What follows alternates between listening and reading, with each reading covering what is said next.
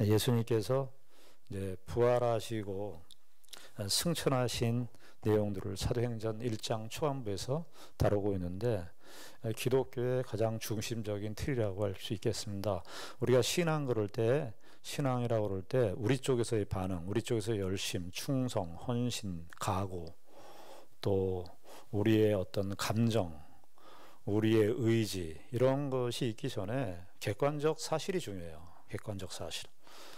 그것은 객관적 사실이 이 역사선상 속에서 구체적으로 드러났는가 하는 것에 뿌리를 두고 있고요. 그것에 기반해서 우리의 신앙이 서 있는 겁니다. 그래서 성경에서는 하나님의 이 예수 그리스도를 보내시겠다고 하는 그 약속을 이제 우리가 사도행전에서 이렇게 확인하게 됩니다만, 구약 성경에서부터 계속 선지자들을 통해서 여러 시대를 거쳐서 예언을 했고, 역사 선상 속에서 그 예언들을 멀리 바라보면서 말씀해 왔습니다. 히브리서 1장에 기록하고 있는 것처럼 여러 모양으로, 여러 부분으로, 여러 선지자들을 통해서 예수 그리스도에 관해서 말씀을 하셨습니다. 그러니까 갑자기 툭 떨어져서 예수 그리스도의 오심이 우리 가운데 들어온 게 아니고, 하나님의 구체적인 하나님의 이 플랜, 하나님의 구속 경륜을 따라서 예수 그리스도를 이 땅에 보내셨고, 예수 그리스도께서 친히 십자가를 지셨습니다. 표면적으로 겉으로 보면 대제사장들이나 서기관들이나 이런 사람들에 의해서 예수님이 죽음을 당하신 것처럼 보이지만, 사실은 예수님 자신이 이 예수 그리스도의 십자가의 사역을 친히 담당하신 것이고, 성부 하나님께서는 그 뜻을 기쁘게 여기셨습니다. 그래서 그것이 역사 선상 속에 이루어졌어요. 우리가 얼만큼 믿음이 있냐, 얼만큼 성실하냐, 충성하냐, 이것도 매우 중요합니다만, 바로 객관적인 이 믿음의 대상인 예수 그리스도를 이 땅에서 보내셨다고 하는 이 구속 역사, 이것을 더 우선적으로 생각해야 됩니다. 그것이 있어야 우리의 믿음이 성립이 되는 것이지, 그것이 없는 상태에서 우리의 믿음이라고 하는 것은 자칫 그 우상으로 빠질 수가 있어요. 일반의 종교들은 우리의 치성, 우리의 열심, 우리의 노력, 사람의 어떤 추구하는 바, 사람의 성실성, 우리도 있잖아요. 지성이면 감천이다. 우리나라도 그게 아주 강하죠. 그 정한수 떠놓고 비나이다 하는 거 있잖아요. 그래서 종교를 우리의 감성에, 우리 쪽에 기반을 둬서 생각하는 경우가 많은데, 성경은 그렇게 얘기하지 않고, 성경은 예수 그리스도 그분이 누구신가, 그런데 그 예수 그리스도께서 이 땅에 오셨다는 것을 구체적인 역사 선상 속에서 예수님께서 친히 이 땅에 오시고 죽으시고 또 부활하시고 승천하신 사실을 제자들에게, 1세기의 그 제자들에게 말씀했습니다. 이 예수님이 지금 감람산에서 승천하셨거든요. 몇 명 봤어요? 이게 11 제자들이 본 거고, 이제 1장 12절 이하에 의하면 120명의 문도가 본 건데요. 신기하지 않습니까? 아주 소수의 갈릴리에, 그것도 이스라엘은 전 세계적으로도 변방 중에 변방이에요.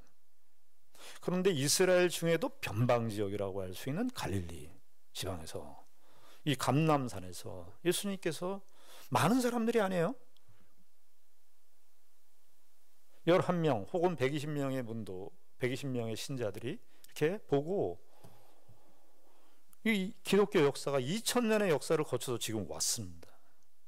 우리가 상식적으로 생각해 볼 때, 아무리 그 종교가 힘을 가진다고 해도 그 소수의 사람들로 기독교가 2000년의, 종교가 2000년의 역사를 가지면서 올 수 있겠습니까?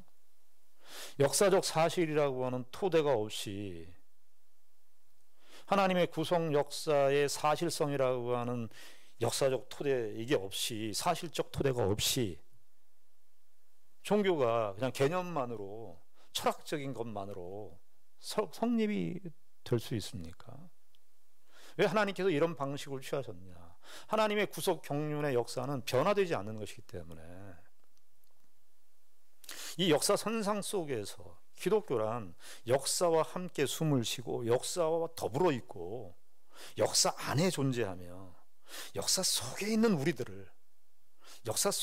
우리들을 구원하시고 우리들 속에 찾아오시는 것이 기독교이기 때문에 예수 그리스도께서 죽으시고 부활하시고 승천하신 일련의 역사들을 이 땅의 역사 속에서 보여주고 있는 거예요.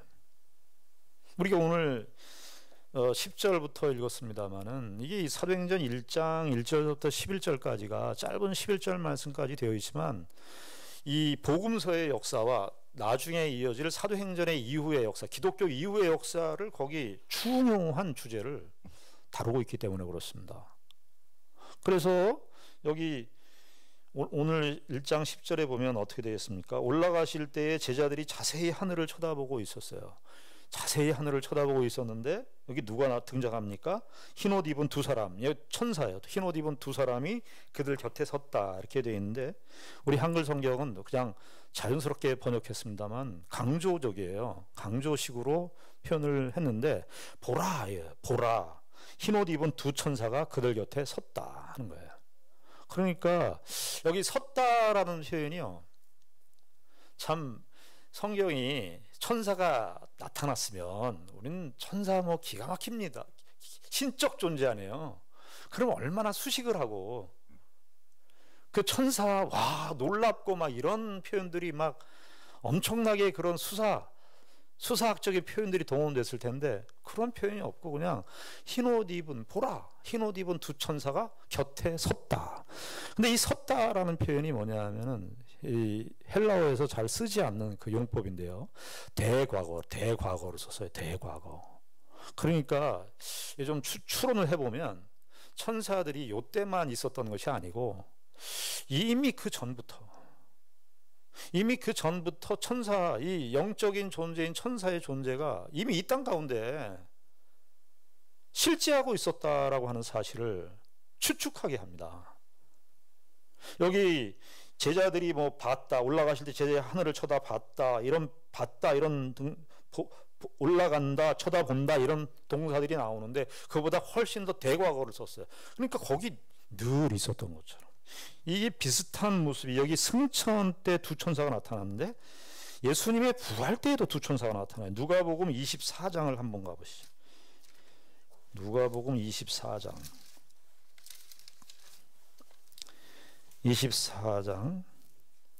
4절을 보십시오.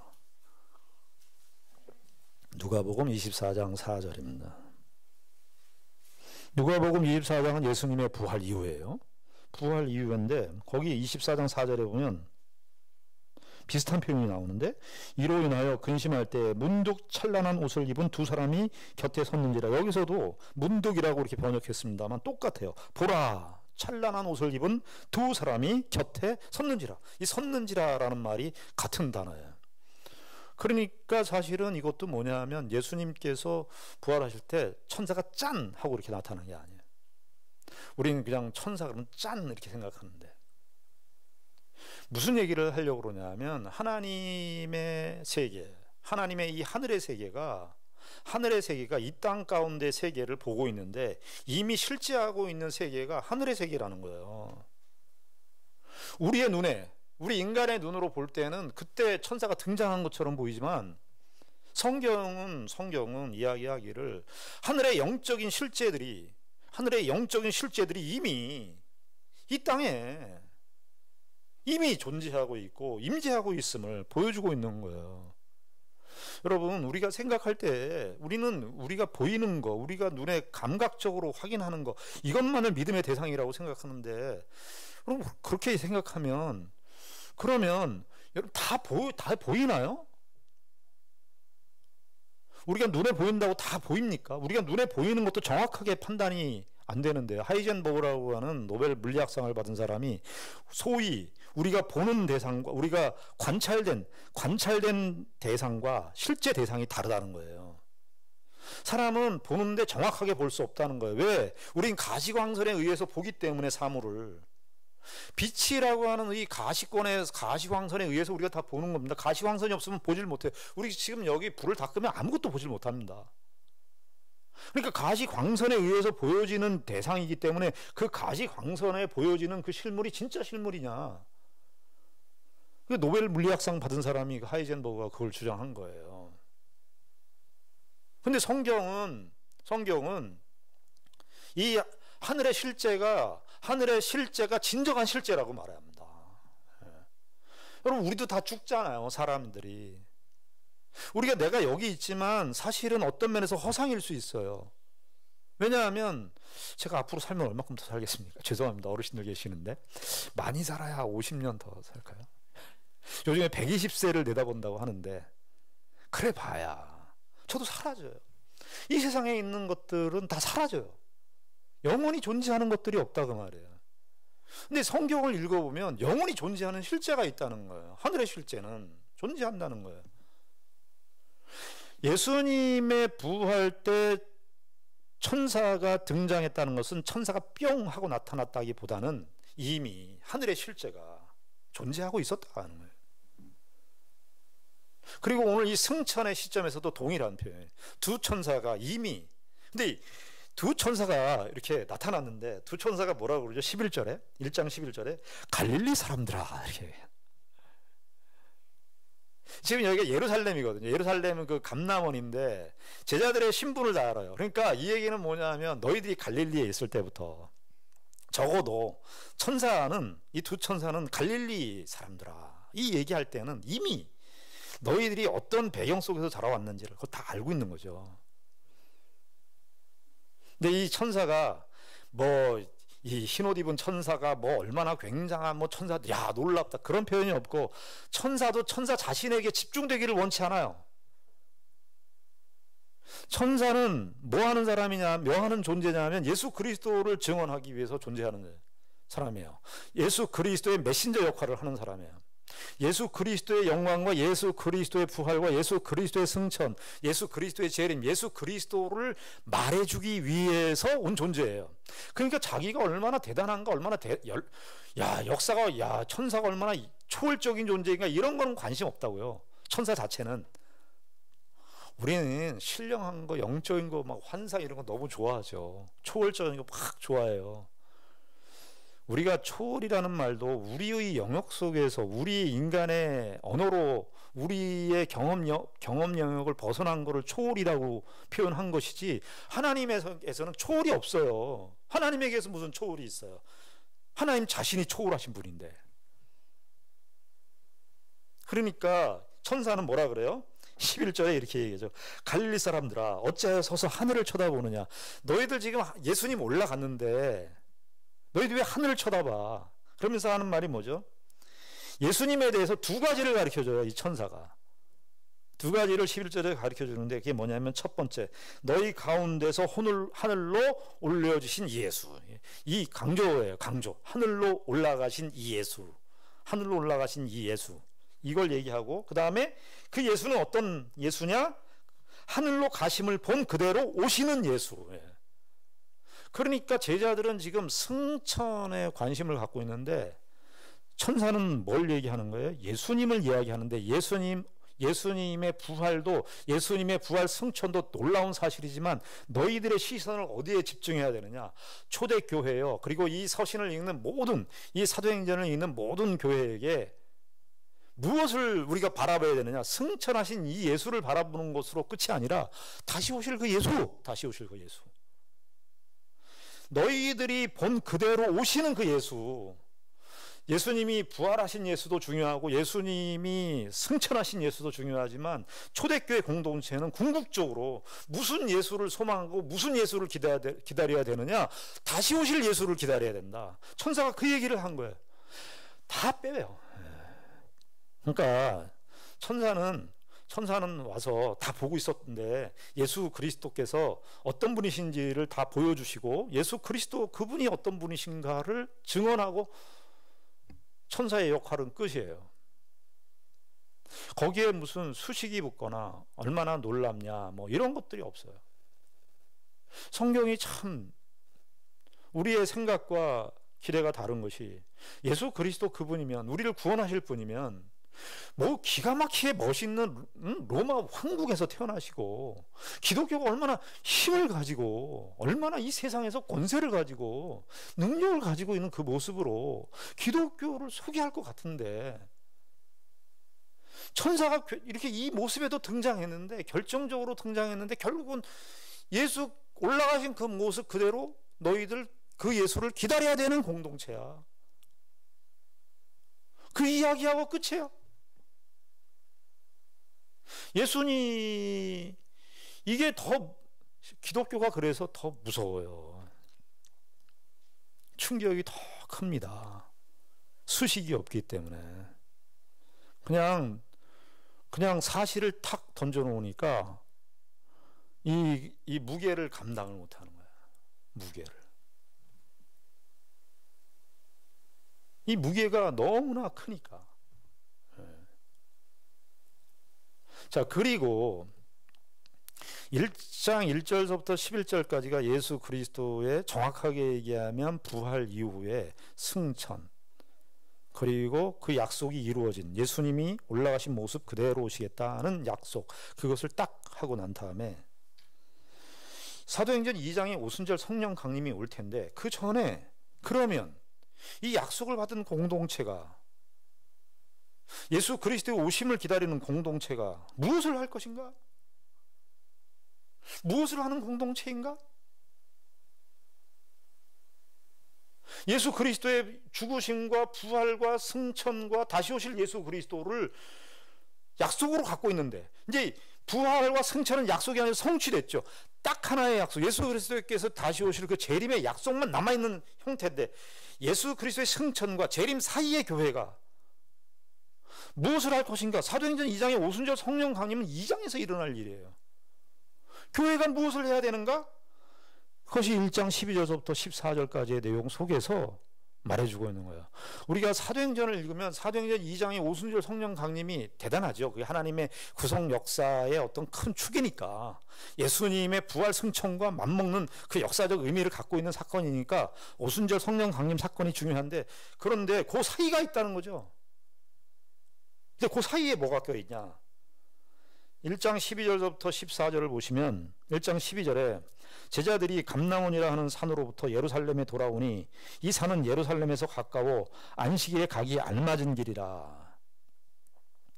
이게 제자들이 감람원이라 하는 산으로부터, 이 감람원이 예루살렘에 있는 그 산이에요. 그러니까 예수님께서 승천하신 산이 아마 감람산일 거예요. 올리브 마운틴인데 올리브 나무가 거기 많이 있어서 감람원이에요. 제가 가봤는데 기억이 가물가물해요. 2007년도에 가갖고 빨리 코로나가 풀리면 한 번 더 가보고 싶어요. 여기 이 산지를. 그런데 이 예수님께서 거기서 승천하셨는데 지금 이야기를 하면서 예루살렘에서 가까워 안식일에 가기 알맞은 길이라, 그래서 안식일을 주제를 언급합니다. 그러니까 예수님이 정확하게 오순절 성령 강림, 강림을 기점으로 해서 예수님이 부활하시고 승천하시고 예수님의 오순절이 77이 49, 일곱째 주에 49의 마지막 50일째를 오순절이라고 그러거든요. 그러니까 그 역순을 해보면 예수님께서 부활하신 날도 안식일이에요. 부활하신 날도 그러니까 안식 후 다음 날 주일날이, 우리가 지금 섬기는 주일날 부활하셨고, 다 계산을 해보면 예수님께서 승천하신 날도 주일날이었어요. 그러니까 정확하게 여기 사도행전 1장에서 40일이라고 되어 있지만 그 40일이 그 포함까지 하면 정확하게 하면 43일, 올라가신 당일까지를 하면 43일로 볼 수 있어요. 그래서 예수님께서 6주째 되시는 날 부활 승천하셨는데 주일날 승천했어요. 무슨 얘기를 하려고 그러냐면 승천하신 예수님께서 부활하신 날도 안식 후 다음 날, 우리가 지금 섬기는 주일, 그리고 예수님께서 승천하신 날도 주일이었어요. 그리고 오순절 성령 강림도 일주일 지나서 6일 지나서 그 다음이니까 오순절이 7일째 되는 날이니까 오순절도 언제예요? 안식 후 첫날 주일이란 말이에요. 지금 섬기는 주일. 그러니까 우리가 좀 더 여기서 확대해 보면 사도행전에 나와 있는 초대교회 성도들이 왜 주의 날에 모이기를 힘썼는가? 안식일날, 우리가 주의 날에 왜 유대교는 안식일을 지켰죠. 유대교는 계속해서 토요일 안식일을 지켰을 거예요. 금요일 저녁부터 안식일인데 거기를 지켰고, 기독교인들은 이 안식 후 다음날 주일을 지켰다고요. 생명처럼 소중하게. 왜 그랬냐? 예수님의 부활, 예수님의 부활하신 날도 주일이고, 예수님께 승천하신 날도 주일이고, 오순절 성령 강림도 주일이니까 주일을 이렇게 소중하게 지킨 거예요. 1세기 때 그리스도인들은. 그래서 사도행전 뒷부분에 보면 모이기를 힘썼다 그러는 거 아니에요. 왜 성도들이, 초대교회 성도들이 주일날 왜 모이기를 힘썼는가? 여러 가지 의미가 있습니다만은 바로 그 예수 그리스도께서 구약의 진정한 안식을 가져다 주시는 분, 진정한 안식의 완성을 가져다 주시는 분, 그 예수 그리스도께서 부활의 새 생명의 역사를 깨시는 분, 새 생명의 역사를 여는 분, 하늘을 여셔서 우리의 길을 내신 분, 그리고 다시 오셔서 오순절 성령 강림처럼 예수님께서 오실 날이 주일날이 되지 않을까 싶은데, 상상입니다. 이게 정확하게 얘기할 수는 없어요. 그러니까 왜 초대교회 성도들이 이렇게 주일을 힘써서 지키려고 했는가? 그 하나님의 약속의 성취가 완성된 날이니까 안식일을 지키기를 힘썼던 거예요. 그래서 누가는 이걸 기록하면서 안식, 이게 거리 정도를 얘기하는 거예요. 거리, 안식일 정도에 지킬 수 있는 거리, 안식일에 가기 알맞은 길 정도의 거리, 그 거리를 묘사했지, 안식일 날 예수님께서, 우리가 말하는 유대의 안식일 날 예수님께서 승천하셨다 얘기를 하려고 그런 게 아니에요. 그러니까 예수님께서 부활하신 날도 주일이고, 예수님께서 승천하신 날도 주일이고, 오순절 성령 강림도 주일이죠.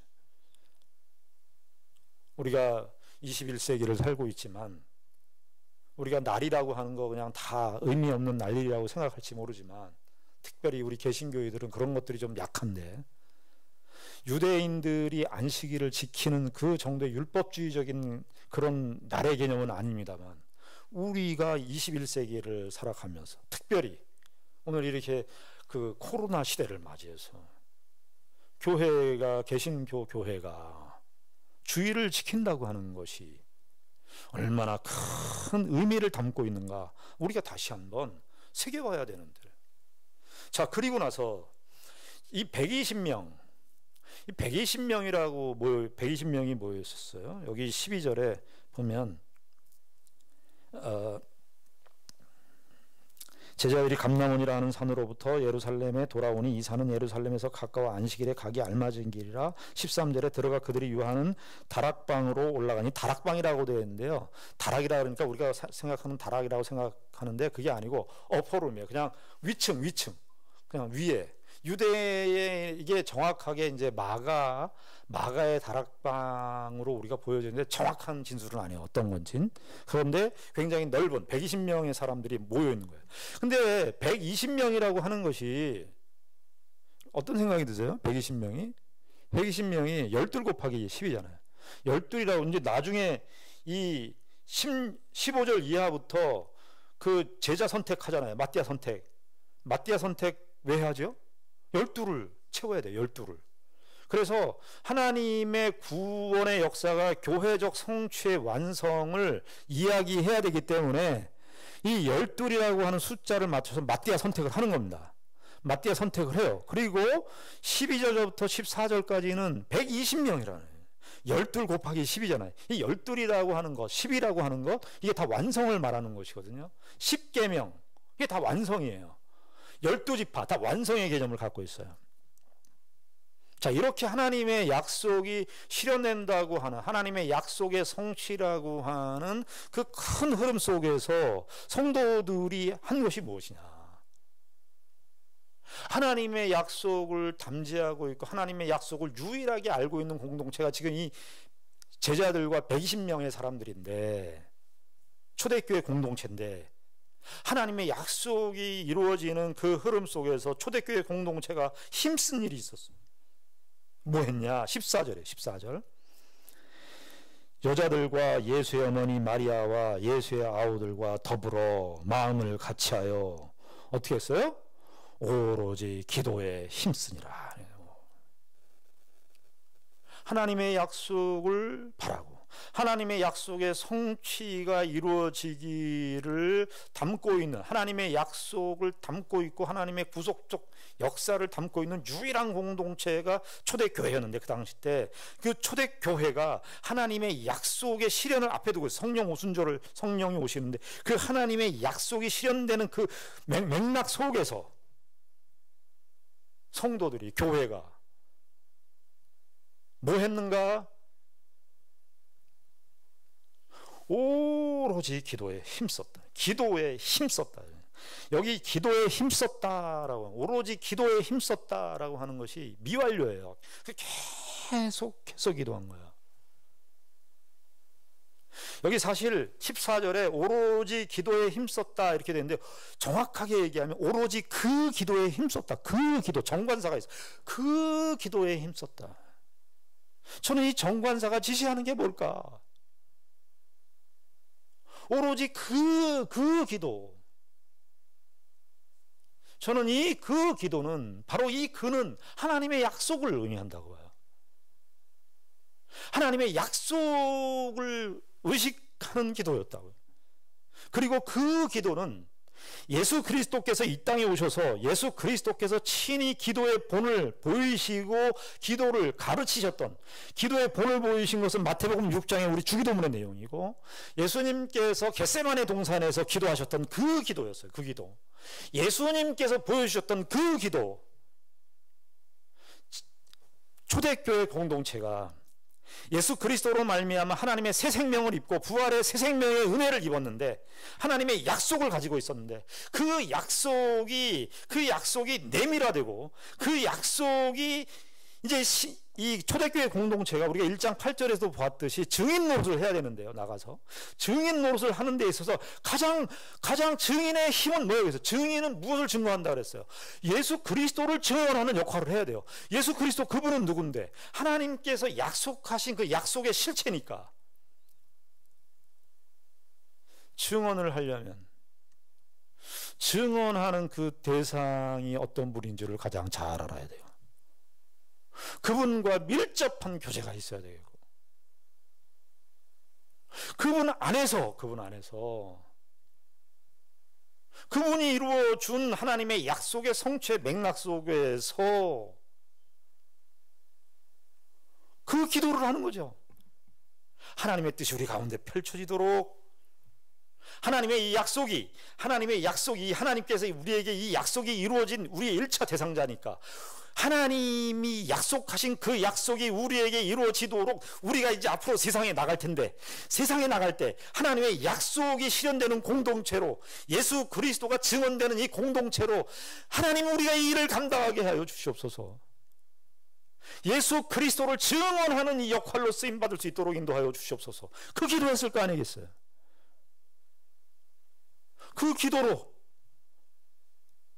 세상 앞에 설 거니까, 하나님 아버지, 우리가 지금 누리고 있는 이 하나님의 약속의 축복도 이 세상 사람들도 누릴 수 있도록, 예수 그리스도께서 베풀어 주시는 이 부활과 새 생명의 은혜를, 예수 그리스도께서 다시 오시고 이 세상을 심판하시고 영원한 생명과 영원한 사망을 나누실 그 예수 그리스도의 재림의 약속을 대망하는 그 예수 그리스도께서 오실 텐데, 그 예수 그리스도의 약속에 모든 사람들이 동참하도록 초청하고 증거해야 되니까, 가장 중요한 사실은 초대교회 공동체 자체가 그리스도의 은혜로 충만해야 했습니다. 우리가 신앙생활이요, 저와 여러분들이 다 까놓고 보면 무슨 내용으로 나오냐 하면 결국은 우리가 예수 그리스도를 얼마만큼 아느냐예요. 예수 그리스도를 믿는 믿음으로 이 세상에 서느냐예요. 예수 그리스도를 믿는 믿음으로 서느냐 안 서느냐가 중요하지, 세상이 얼마나 크고 두렵냐가 중요한 게 아니라고요. 왜 초대교회가 이 어마어마한 그 당시 때 헬라 로마 세계를 바라보면서 기도에 힘쓸 수밖에 없었던 이유를 우리가 다시 생각해야 된다고요. 세상 앞에 무엇으로 설 것이냐, 우리가 이걸로 설 거라고요. 우리가 하나님이 주시는 힘을 의지해서 살 거라. 기도라는 건 뭐예요? 하나님이 주시는 능력으로 서 있는 거니까. 하나님 도와주시옵소서니까. 하나님 은혜를 베풀어 주시옵소서니까. 그 기도에 힘썼다는 거죠. 이게 자주 나와요. 그 기도에 힘썼다라고 하는 것이 2장 42절에 보면 그 기도라는 말과 힘썼다라는 말이 항상 이 관용어처럼 같이 나와요. 2장 42절에 보면 2장 42절, 이 초대교회 공동체가 이제 모여서 교제하고 하는 그런 내용, 초대교회 공동체의 모범적인 모습을 이야기하는, 묘사하는 부분인데, 2장 42절에 보면 그들이 사도의 가르침을 받아 서로 교제하고 떡을 떼며 어떻게 돼 있어요? 오로지 기도하기를 힘쓰니라. 오로지 기도하기를 힘쓰니라. 기도는 얼마나 많이 하느냐, 오래 하느냐가 중요한 게 아니에요. 기도의 제목이 중요한 거예요. 기도의 내용이 중요한 거예요. 기도의 내용이. 하나님 우리에게 이 은혜를 주십시오. 세상에서 나가서 증인 노릇을 할 수 있도록 힘을 주십시오. 세상의 유혹에서 흔들리지 않도록 힘을 주십시오, 하나님. 그래서 기도에 힘썼다고. 여기서도 오로지 그 기도에 힘썼다. 이게 서신서에도 이 표현이 나오는데요. 로마서 12장 12절에 한번 가보시죠. 로마서 12장 12절.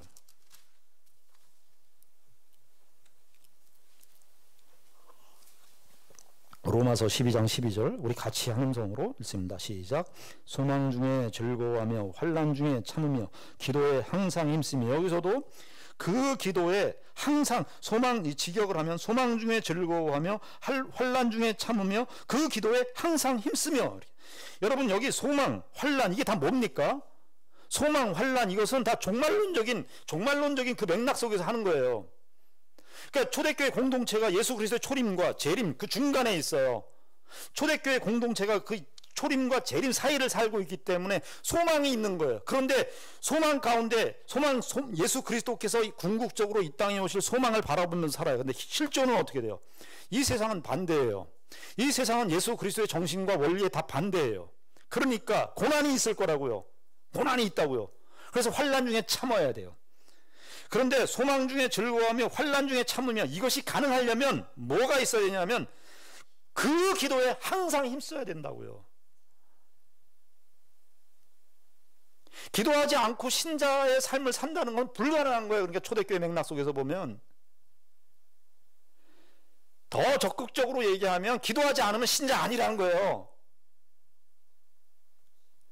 기도에 힘쓰지 않으면 어떤 기도냐? 그 하나님의 약속을 바라고 그리스도께서 세상 앞에서 하나님의 증인 노릇을 할 수 있도록 하나님 힘 주시옵소서. 이 기도를 항상 힘쓰지 않으면 신자가 아니라는 거예요. 다 거기서 무너지는 거예요. 우리가 사실은 무너지는 지점이 다 여기에요. 골로새서 4장 2절. 골로새서 4장 2절을 가보십시다.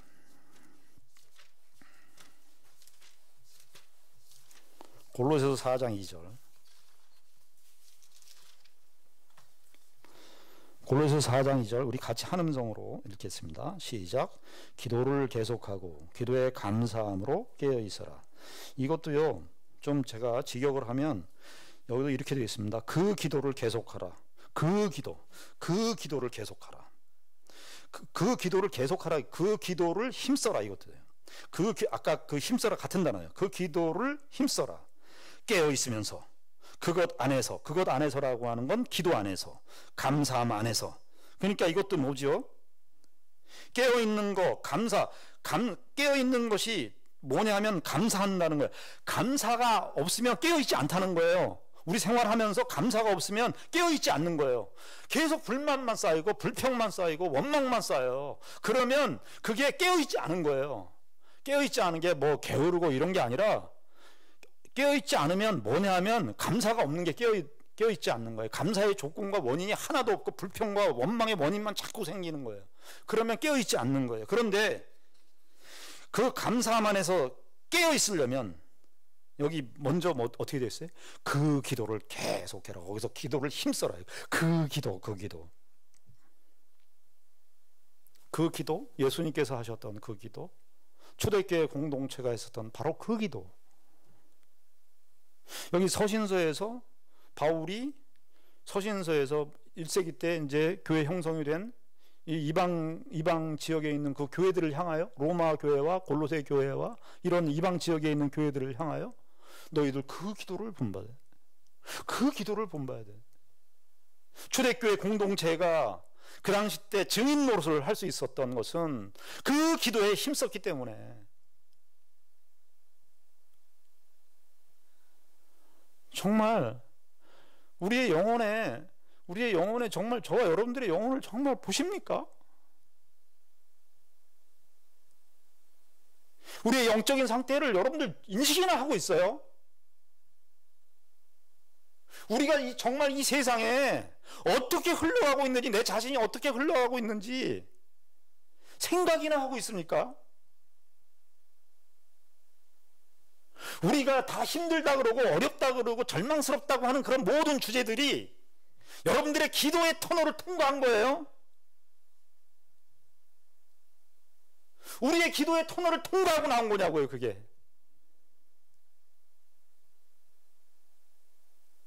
초대교회가 이거 했다고요.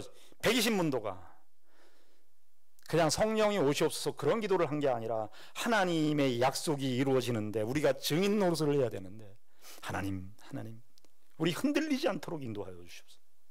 우리가 이 세상의 시험 앞에서 여러 가지 시험과 여러 가지 환난을 만날 텐데, 하나님 우리가 이길 수 있는 힘이 우리에게 없습니다. 하나님 은혜를 주셔야 됩니다. 제가 오늘도 세상 앞에 서야 되는데 하나님 은혜 주셔야 내가 감당할 수 있습니다. 이렇게 하라고. 성경은요, 우리가 다 얘기해 줬어요.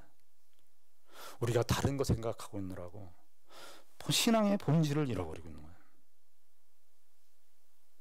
저와 여러분들이 오늘 이 사도 시대에 초대교회 최초의 공동체가 무엇을 했는지, 무엇에 집중을 했는지, 그리고 저들의 영적인 구도와 패턴이 어떤 상황에 놓여 있는지, 그리고 교회가, 모든 교회와 모든 성도들이 예수님께서 다시 오시는 그날까지 우리가 힘써야 되는 일이 무엇인지를 다시 한번 확인하시는 그런 귀한 은혜가 있기를 바랍니다.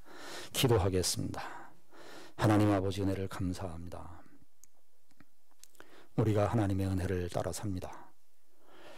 하나님께서 베풀어 주시는 그 축복이 없으면 살 수 없습니다. 우리가 사는 게 아닙니다.